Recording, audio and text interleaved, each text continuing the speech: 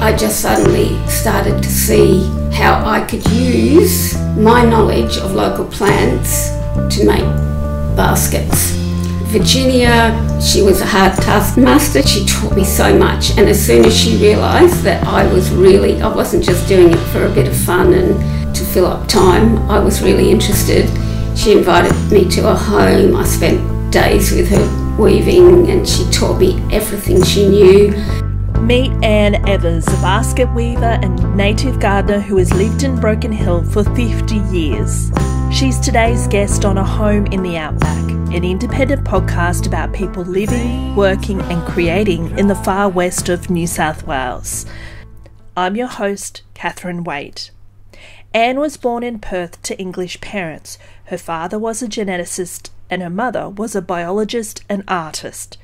Growing up, the family moved overseas a lot to follow her father's career. Anne went to university in Canberra and met and married a Broken Hill boy called Bob. They moved to Broken Hill to care for Bob's mother who fell ill, and Anne fell in love with the desert place immediately. They inherited the stone hut that Bob grew up in, which has a connection to the Picinic Train Attack in 1915. Anne learned to weave baskets from Australia's pre-eminent basket weaver, Virginia Kaiser. Anne's art reflects on her connections to the land, its post-colonial stories and Afghan history. She hopes her art encourages locals to value Broken Hill and the far west. I was born in Perth in WA. My parents were both English and moved after the war to the United States and found they were in the middle of the whole McCarthy era. You see a bit of that in that movie Oppenheimer, and decided they didn't want to stay in America, otherwise I'd be American. They moved to WA. Dad got a job he was a scientist and got a job at the new uni in Perth, and I was born there, and life in Perth as a child was good. I was very much an outdoor kid. From the moment I got up in the morning, I was either climbing trees or making log canoes to explore the swamp near where we lived, or I was swimming either in the ocean or the Swan River. And then we moved we spent a bit of time. Dad went on sabbatical to the States, so I lived through the Cuba crisis in the United States, which was very scary.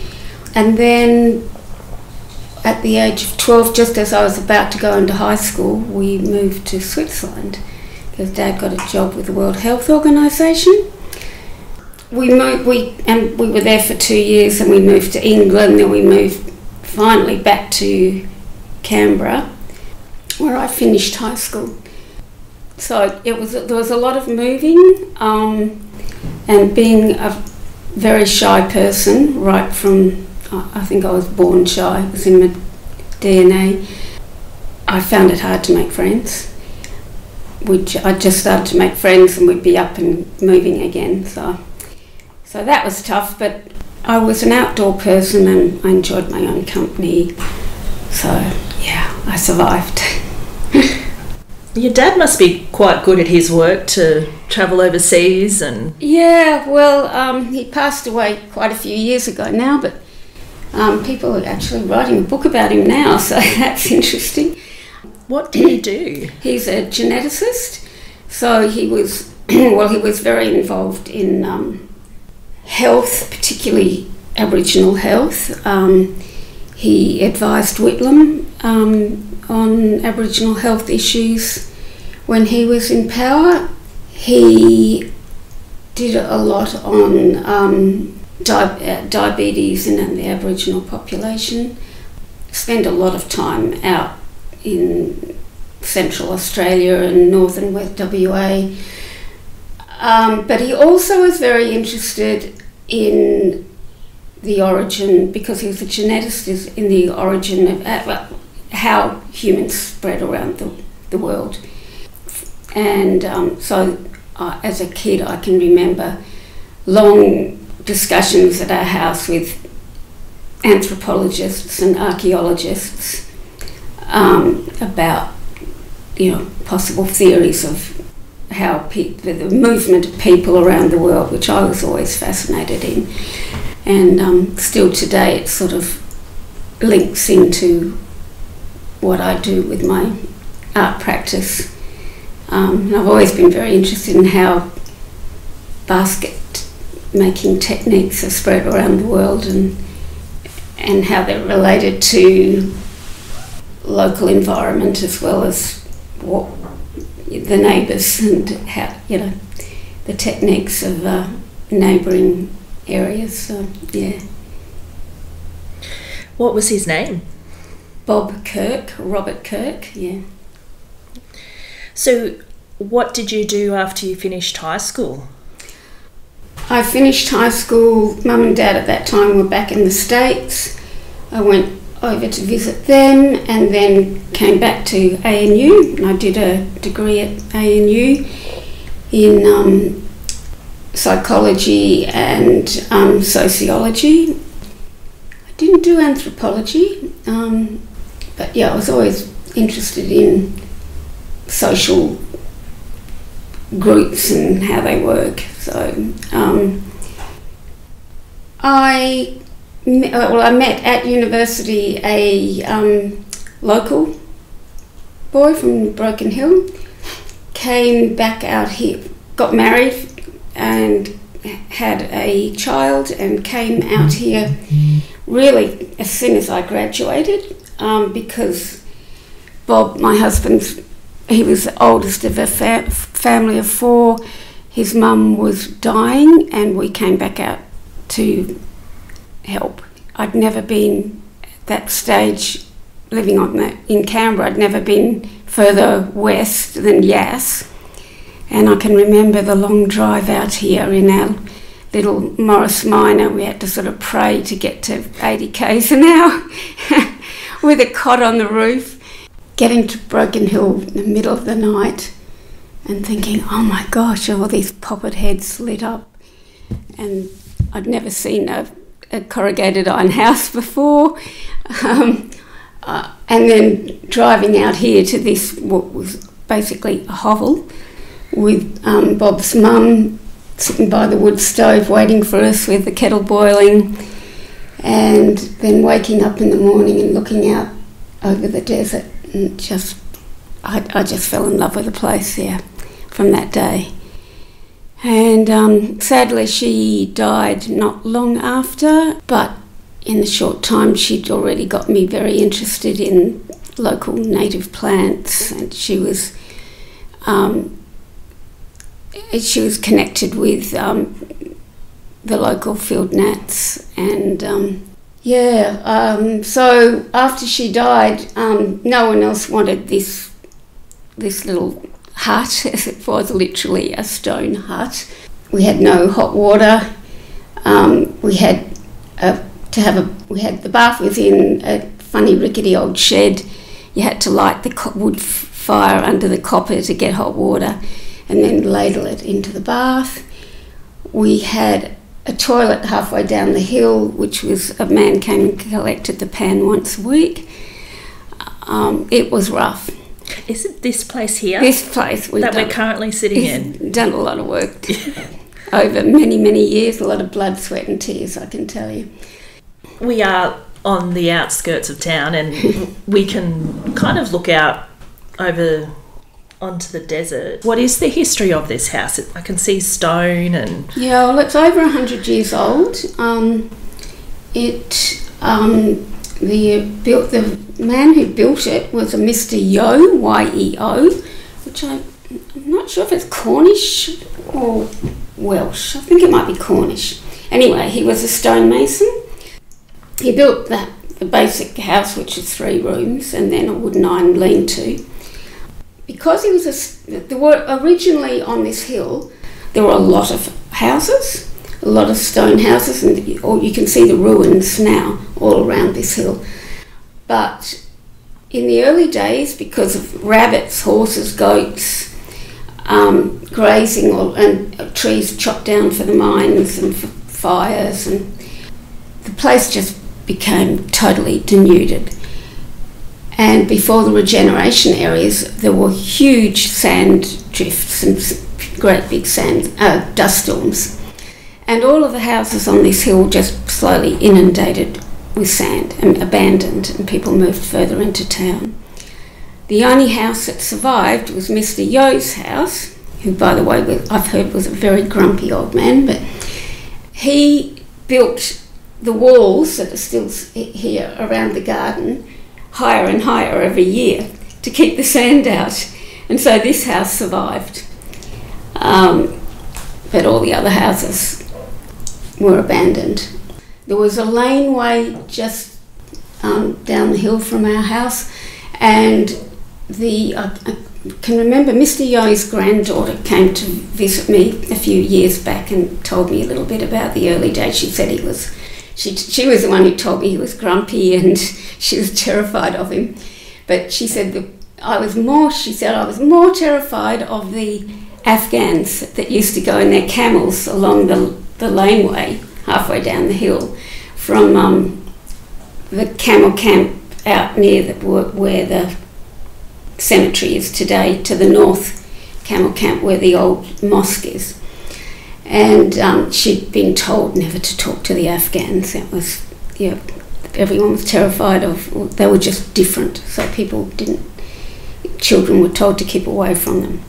And of course, then there was during the First World War, there was the attack on the picnic train not far from here, and people were shot.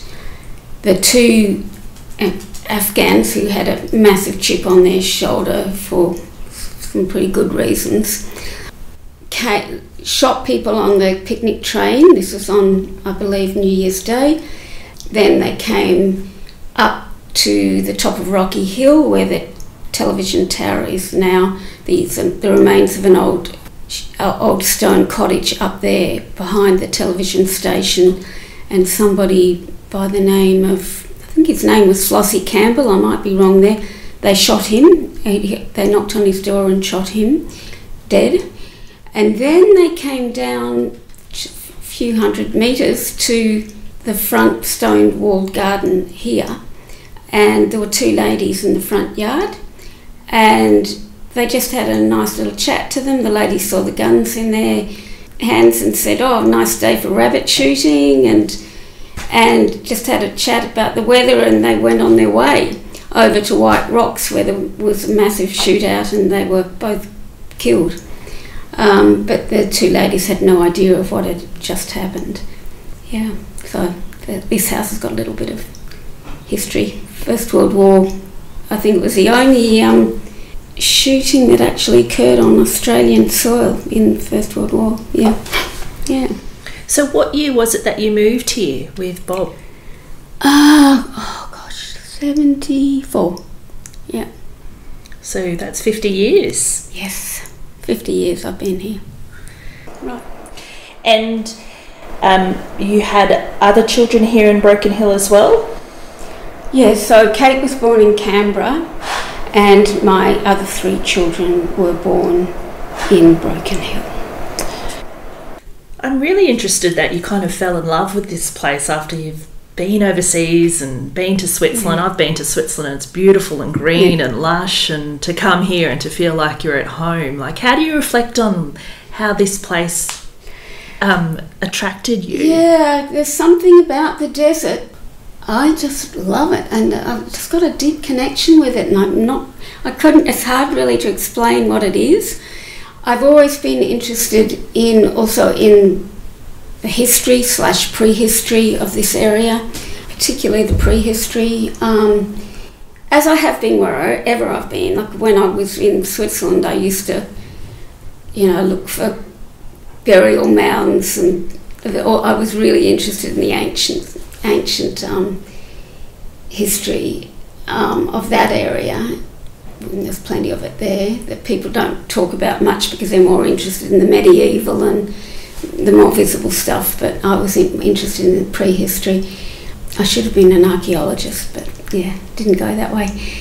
So yeah, when I came here, I think my mother-in-law, Peg Evers, started me interested in the environment, and that continued. And because of my background with Dad, I was always, and Mum, I was always interested in how Aboriginal people lived out here and what happened to them. And Mum was very involved in Aboriginal land rights. She actually wrote a book on the Aboriginal treaty with Judith Wright and Nugget Coombs back in the 60s.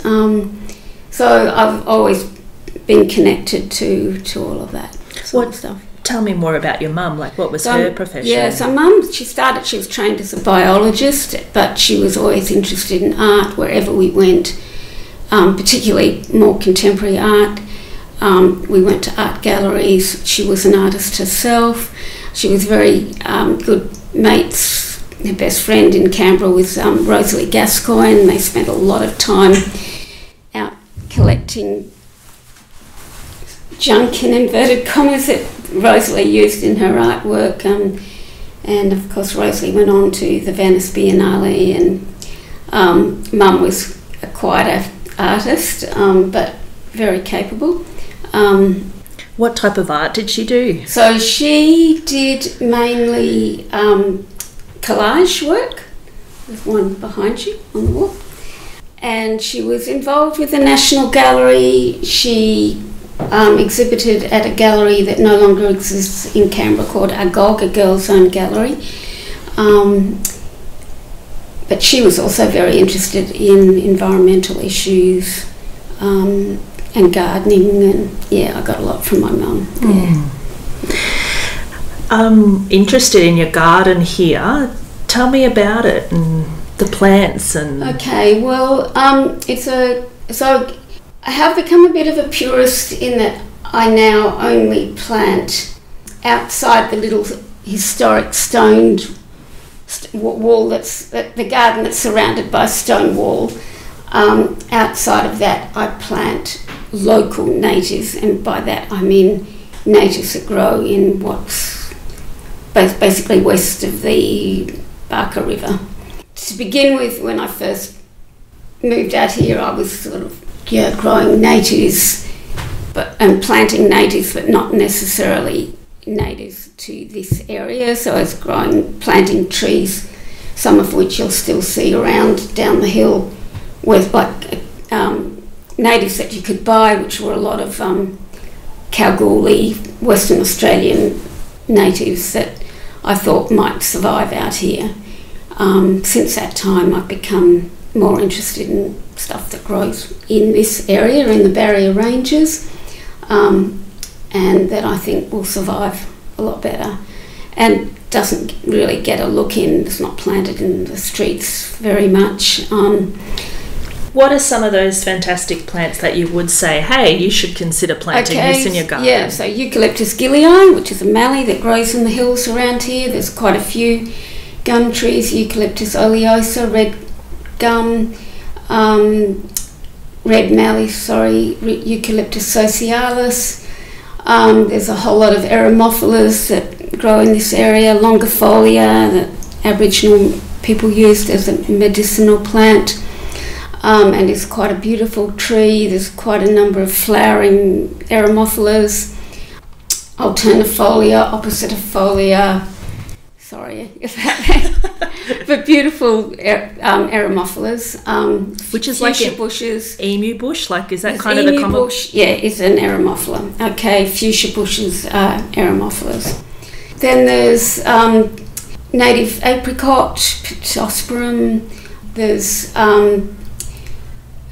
native plum. There's I could go on and on and on. Lots of grasses, beautiful grasses. I love grasses. Lemon scented grass, kangaroo grass. A lot of that has gone through overgrazing, but I've got a lot of it coming back here. yeah, I could go. Then there's all the chenopod's, the salt bushes, the blue bushes, and with salt bushes, is there any local salt bushes? Yeah, quite a lot. So there's Old Man Saltbush, and then there's a whole lot of other, they're not necessarily called salt bushes, but part of the same family. Some of them are called blue bushes. Yeah, so there's a huge range of them that grow locally. Yeah. Now, you're an artist, a basket weaving artist, but how did you get into basket weaving? Okay, well, as I said earlier, I've always been interested in how people over millennia, so the Aboriginal people, used plants, not only for food but also for tools and carrying baskets, etc. So I've always had that interest, and then a very well-known Australia-wide or worldwide basket maker decided to make Broken Hill her name, her home, Virginia Kaiser, and I didn't know her, but she was offering a course for a term in basket weaving at the local TAFE college back in the days, quite a few years ago now, when the TAFE college ran some good courses.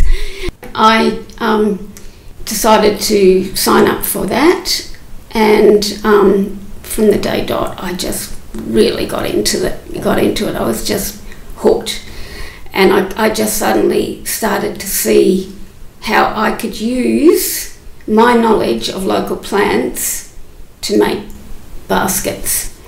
Virginia, she was a hard taskmaster. She really, but she taught me so much. And as soon as she realised that I wasn't just doing it for a bit of fun and, to fill up time, I was really interested. She invited me to her home. I spent days with her weaving, and she taught me everything she knew. She fell ill. She knew she was going to die, and she just passed on as much as she could to me, and I am so grateful to her. I'm going to start crying in a minute. I've got a photograph in my shed, and I look at her every day and thank her for what she gave me. She was a very fine basket weaver. I am much more rough and ready. My baskets are much, wilder than Virginia's. She was a perfectionist. But she saw what I was doing, and she understood, and she encouraged me, and she actually encouraged me to put my first work into the Outback Art Prize. I think I got an honourable mention. But that gave me a bit of a confidence. People liked it, and I've never looked back and never stopped. Every day I'm down in my shed or I'm out collecting, and yeah. So she really did pass on like a mantle, or like she gave me so much. Yeah. Yeah. What a beautiful relationship and gift and friendship. Yeah. So it was about 10 years ago that you kind of got into basket weaving, or? Gosh, I'm not really a numbers person. I never sort of, time gets away, doesn't it? Maybe 10 years, maybe a bit more. Yeah. A lot of your work is connecting with history, isn't it? Yeah. So a lot of my work is telling a story, and it's obviously from my perspective. So some of it is just my story of my connection to this land. I can't tell other people's stories. Some of it is talking about post-colonial stories. So I often wonder about the lives of women in this area who came up with their mining partners and lived in little townships all dotted through these hills, and lived in little stone huts, and I don't know how that. Well, a lot of them didn't survive for very long. You only have to look at the cemetery in Silverton and even here to see their lives were pretty miserable, and many of them didn't live for very long. Bits of broken china that must have been their, treasures in the dumps around here, old buttons and things like that that you find that I pick up. I'm always picking up bits on my wanders through this area. I love just wandering through the hills and picking bits and pieces up. Yeah, so... I know you've also done baskets that have reflected on the Afghan cameleers as well. Where does that interest come from? That comes from, I love tracks. I've got a bike that I ride out bush, or not so much in summer because I'm terrified of snakes. That's my one terror. But I still do ride heavily booted and trousered up, but I love riding any little dirt track. I just follow on my bike. I've got a good old bush bike that I follow. So I'm fascinated with tracks, and also go camping a lot, and I often just say, let's just turn down this track and see where it goes to. So I've always been fascinated with tracks, and then of course song lines and the tracks of people throughout the prehistorical time that traded all through this area, from the Flinders and up to Mount Isa, and collecting patchouli, and which is a native drug that grows in this area, ochres, trading it all along through this area. So I've always been fascinated in that. And then of course the Afghans, who travelled incredible distances with their camels, carrying materials to mining towns and stations as this area was opened up. And they were outsiders and had tough lives, and came from a totally different part of the world. So that fascinates me too. Yeah. And I think I noted on one of your Facebook posts you mentioned that they were the ones who introduced paddy melons to this area. Well, there is a native paddy melon, which is only a little tiny one, but the big ones that you see growing along the roads were introduced by the... and I suspect that they might have actually come in the stuffings of saddles that they brought for the camels. But I also read somewhere that they sort of threw them around because camels liked eating them. So and they grow quite well after rain. There'll be heaps of them coming up now, and the camels like to eat them. So yeah. Now your husband and you didn't stay together, and you ended up. Your partner is Rick Ball at the moment, who's also an artist in his own right, and.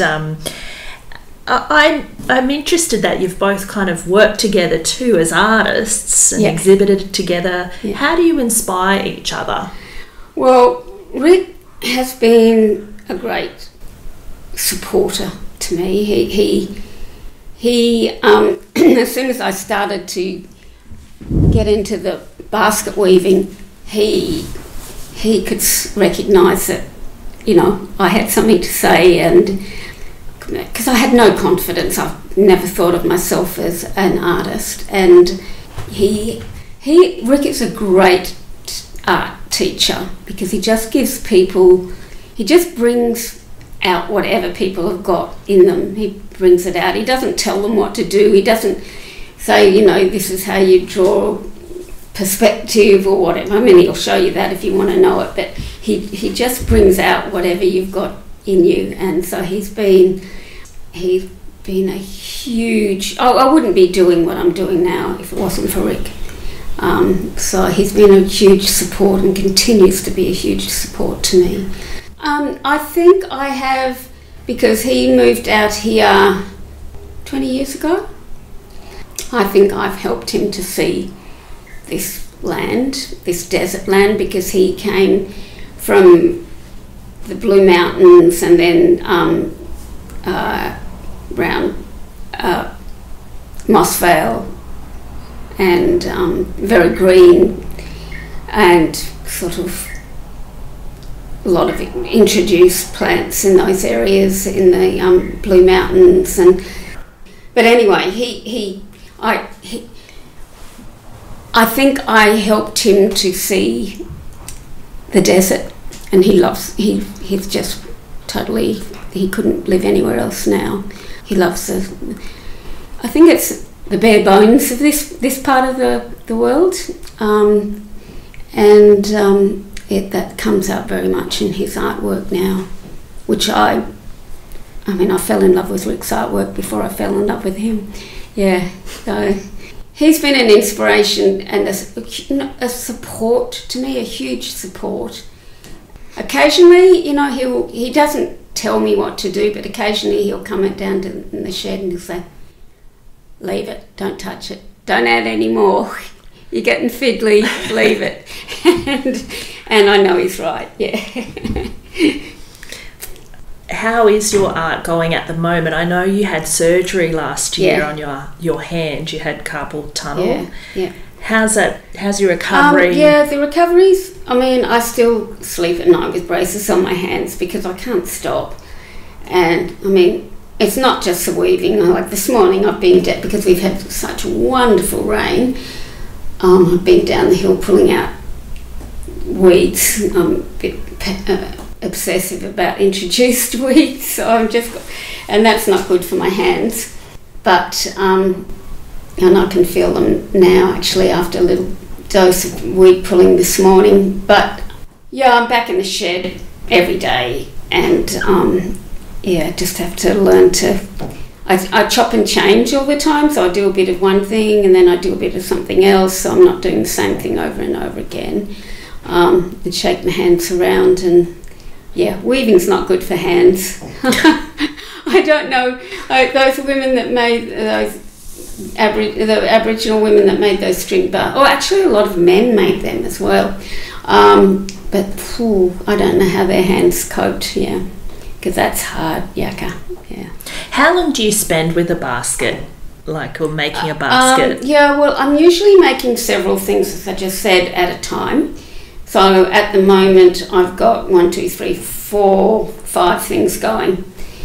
I've just finished one long thin basket, and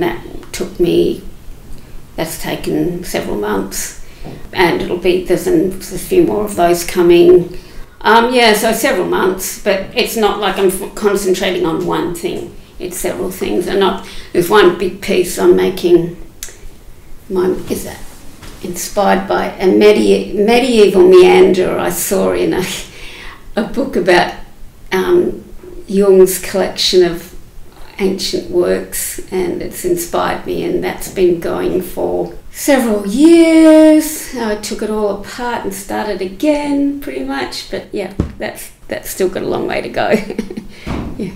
So you're drawing inspiration from the environment, but what you're reading and all over the place. Yes, I draw inspiration from other people's work. I do a bit of clay work. I've just been down recently to the Broken Hill Gallery, and this Indigenous, passed away now, Indigenous artist pottery work upstairs, which I just loved. So that's inspired me to make some clay work with local clay. I love using as much as possible local stuff. So and then I'll be out walking and I'll see sticks, and that leads somewhere, and constantly inspired by, or a bush that's died, and the shape of the local sennas, when they die, they sort of curl up into you've probably seen them, what I'm talking about. That's inspired me to do some work in that area. And then I look at ancient works from all over the world. I'm inspired by not just basket work, but artwork, and in order to really understand this place and reflect on it, what do you think artists need to value?